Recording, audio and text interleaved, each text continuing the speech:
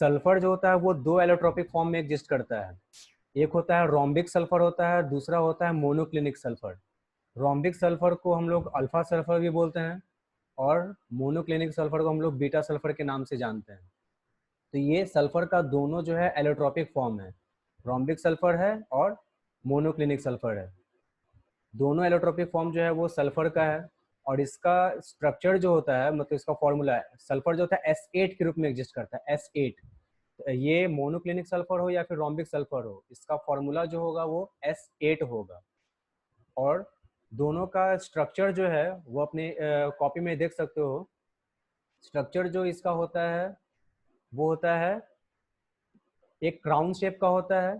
Structure में देख लेना, इसका एक क्राउन शेप का होता है। क्राउन जो राजा का जो क्राउन होता है वो उसके शेप का है, और दूसरा जो होता है वो एक चेयर के शेप का है। तो S8 का हम दो स्ट्रक्चर जो है वो दिखाए हुए हैं, एक होता है क्राउन शेप होता है और दूसरा होता है चेयर शेप का होता है।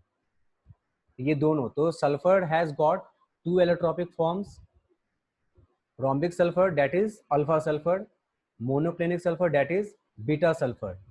एक टेम्परेचर है 369 केल्विन टेम्परेचर। 369 केल्विन टेम्परेचर के नीचे बिलो एग्जिस्ट करता है रोम्बिक सल्फर, और 369 केल्विन टेम्परेचर के ऊपर एग्जिस्ट करता है मोनोक्लिनिक सल्फर। तो यानी 369 केल्विन एक तरह से क्या है, ब्रिज है। 369 केल्विन एक ब्रिज है जिसके नीचे जो है रोम्बिक सल्फर है और उसके ऊपर जो है वो मोनोक्लिनिक सल्फर है। तो ये जो टेम्परेचर जो है 369 केल्विन टेम्परेचर, इसको बोला जाता है ट्रांजिशन टेम्परेचर। ठीक है, तो the temperature below which rhombic sulphur exist and the temperature above which monoclinic sulphur exist, वही हुआ ट्रांजिशन टेम्परेचर का। तो 369 केल्विन टेम्परेचर के नीचे आ जाएगा, जब टेम्परेचर उससे कम रहेगा तो वो रोम्बिक सल्फर के रूप में एग्जिस्ट करेगा, और 369 केल्विन के जब ऊपर टेम्परेचर लेकर जाएंगे तो मोनोक्लिनिक सल्फर एग्जिस्ट फॉर्म करेगा। इसीलिए मोनोक्लिनिक सल्फर को बनाने के लिए हम लोग ये काम कर सकते हैं कि रोम्बिक सल्फर जो है उसको 369 केल्विन टेम्परेचर के ऊपर उसको हम हीट कर देंगे। जैसे ही टेम्परेचर 369 केल्विन से ऊपर गया रोम्बिक सल्फर का, वो चेंज हो जाएगा मोनोक्लिनिक सल्फर। अगर हमको मोनोक्लिनिक सल्फर को रोम्बिक सल्फर में अगर हमको चेंज करना है तो उसके टेम्परेचर को 369 केल्विन टेम्परेचर से नीचे लेकर चले जाएंगे, तो वो बदल जाएगा रोम्बिक सल्फर, रोम्बिक सल्फर में। ठीक है, तो ये 369 केल्विन टेम्परेचर जो है वो एक ट्रांजिशन टेम्परेचर है। तो ये चीज़ जो है वो तुम लोग को जो है वो नोट्स में इसका लिखवाया हुआ है। रोम्बिक सल्फर जो है वो तुम्हारा येलो कलर का होता है। अब इसके अलावा जो है ये वाटर में इनसॉल्युबल होता है।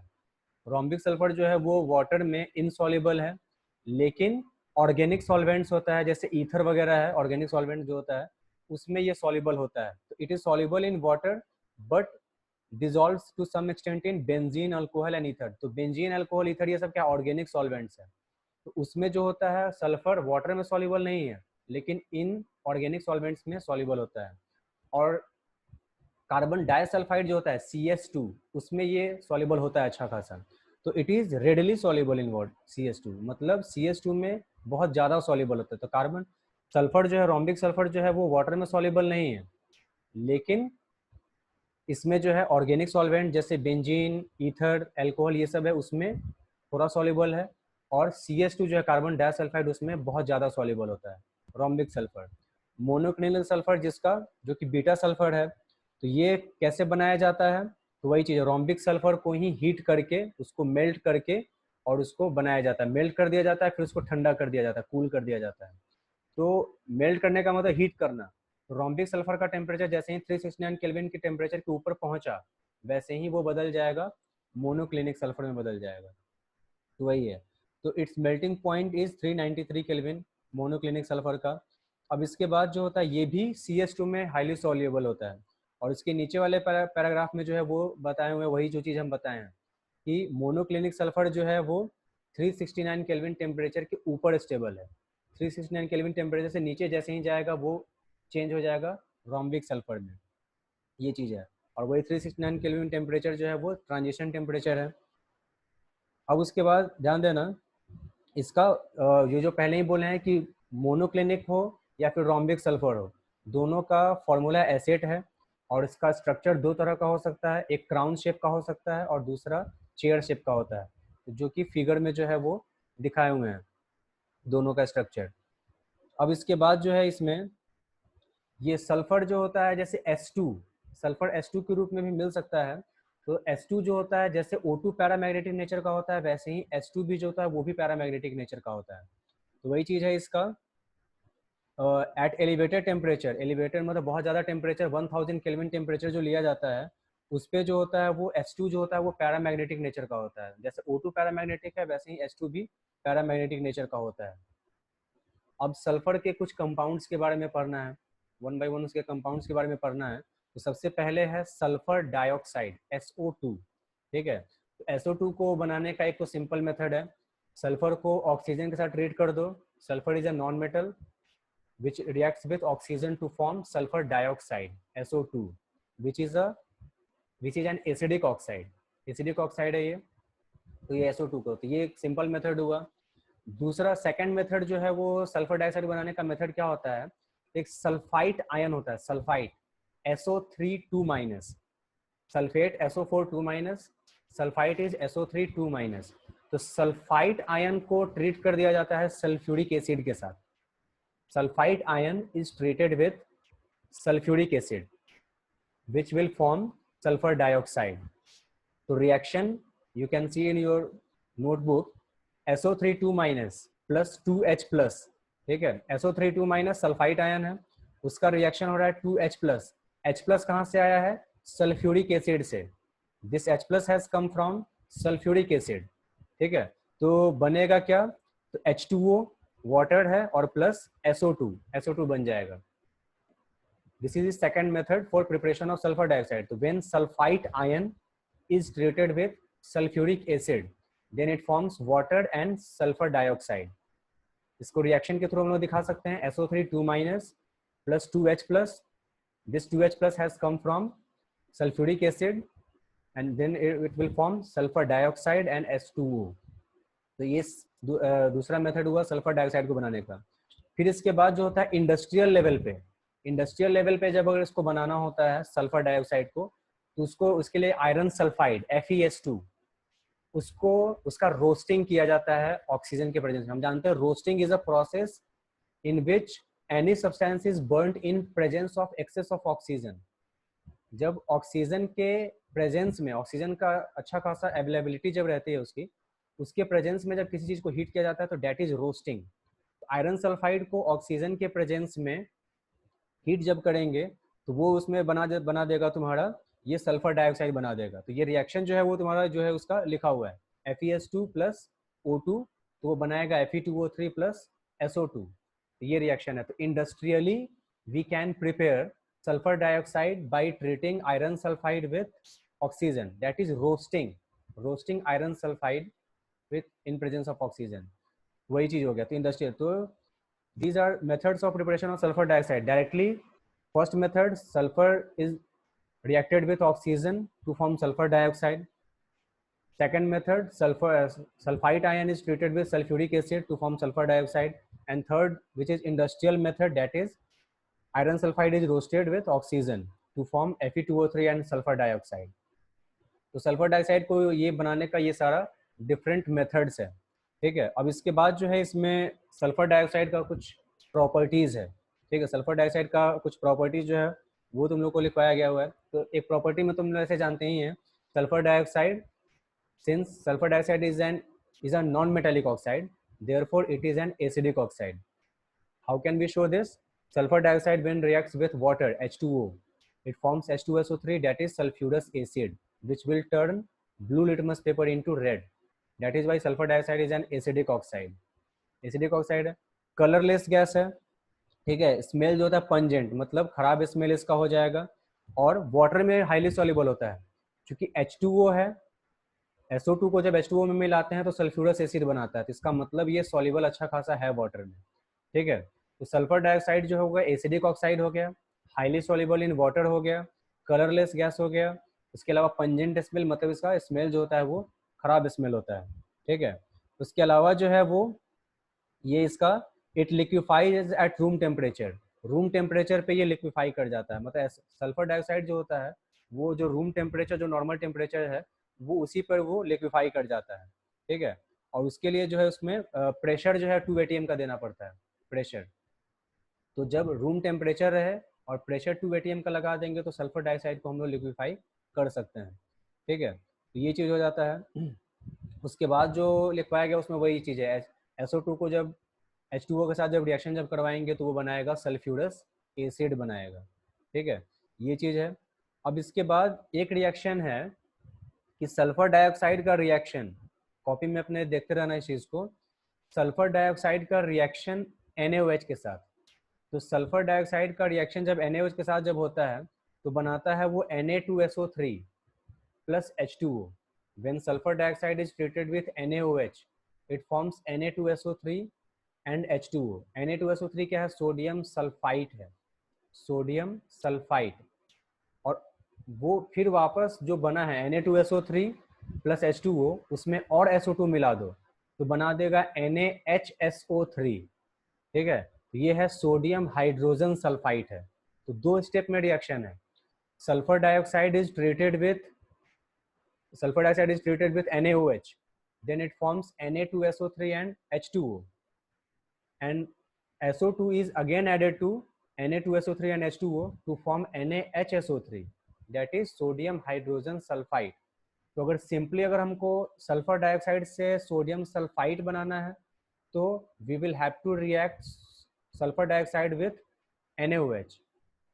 If we have to form sodium hydrogen sulfide, then it will be in 2 steps. First, NaOH is treated with sodium sulfur dioxide to form Na2SO3 and H2O. Again, sulfur dioxide is added, Na2SO3 plus H2O plus SO2. It will form NaHSO3, sodium hydrogen sulfide. ये हो जाता है इसका reaction ये सब है। फिर इसके बाद सल्फर डाइऑक्साइड को जब हम मॉइस्ट फॉर्म में लेते हैं, मॉइस्ट मतलब वाटर के प्रेजेंस में, तो वाटर के प्रेजेंस में जो होता है सल्फर डाइऑक्साइड एक अच्छा रिड्यूसिंग एजेंट का काम करता है। रिड्यूसिंग एजेंट मतलब सामने वाले को ये रिड्यूस करेगा। रिड्यूस कैसे कर सकता है? या तो उससे ऑक्सीजन लेकर, या उसको हाइड्रोजन देकर, या फिर उससे उसको इलेक्ट्रॉन देकर। तो these are 3 different ways in which any atom can be reduced. तो सल्फर डाइऑक्साइड को जब मॉइस्ट फॉर्म में लिया जाता है तो वो एक अच्छे रिड्यूसिंग एजेंट के रूप में काम करता है, ठीक है। तो ये चीज़, ये कंडीशन है कि सल्फर डाइऑक्साइड को वाटर के प्रेजेंस में लेना मस्ट है, तब जाके वो जो होगा एक अच्छा रिड्यूसिंग एजेंट के रूप में काम करेगा, ठीक है। ये चीज़ है इसमें। तो ये इसका है, when moist it behaves as a reducing agent, ठीक है, रिड्यूसिंग एजेंट के तौर पे काम करता है। जिसका एग्जाम्पल जो है वो दिया हुआ है, 2 एग्जाम्पल जो है उसको लिखवाए हुए हैं। Fe3+ को ये रिड्यूस करके चेंज कर देता है Fe2+ में। तो रिएक्शन में देखना Fe3+ plus SO2 plus H2O, ठीक है। तो देखो SO2 प्लस H2O, इसका मतलब है ये सल्फर डाइऑक्साइड जो है मॉइस्ट फॉर्म में है। मॉइस्ट मतलब पानी लिया गया है। तो Fe3+ plus SO2 plus H2O, ठीक है। तो वो उसके बाद प्रोडक्ट बना क्या है? Fe2+ प्लस SO4 2-, ठीक है। Fe3+ से Fe2+ में जाने के लिए ऑब्वियस सी बात है कि Fe3+ को एक इलेक्ट्रॉन लेना होगा। तो चूंकि Fe3+ एक इलेक्ट्रॉन लिया, इसका मतलब वो रिड्यूस हो गया। तो यहाँ पे सल्फर डाइऑक्साइड जो है एक रिड्यूसिंग एजेंट के रूप में काम कर रहा है, ठीक है। तो सल्फर डाइऑक्साइड जब मॉइस्ट फॉर्म में जब रहेगा तो एक अच्छे रिड्यूसिंग एजेंट के रूप में काम करता है। उसका ये एक एग्जांपल हुआ कि वो Fe3+ को रिड्यूस करके Fe2+ में चेंज कर देता है। Fe3+ से Fe2+ में जाने के लिए उसको एक इलेक्ट्रॉन लेना ही पड़ेगा, ये हो जाता है। फिर एक जो है दूसरा रिएक्शन जो है वो देखना, उसमें है MnO4- है ये, ठीक है। MnO4-, ठीक है। MnO4- जो होता है वो होता है पर मैग्नेट, जैसे KMnO4 होता है पोटेशियम पर मैग्नेट, उसी से आया हुआ है ये पर मैग्नेट।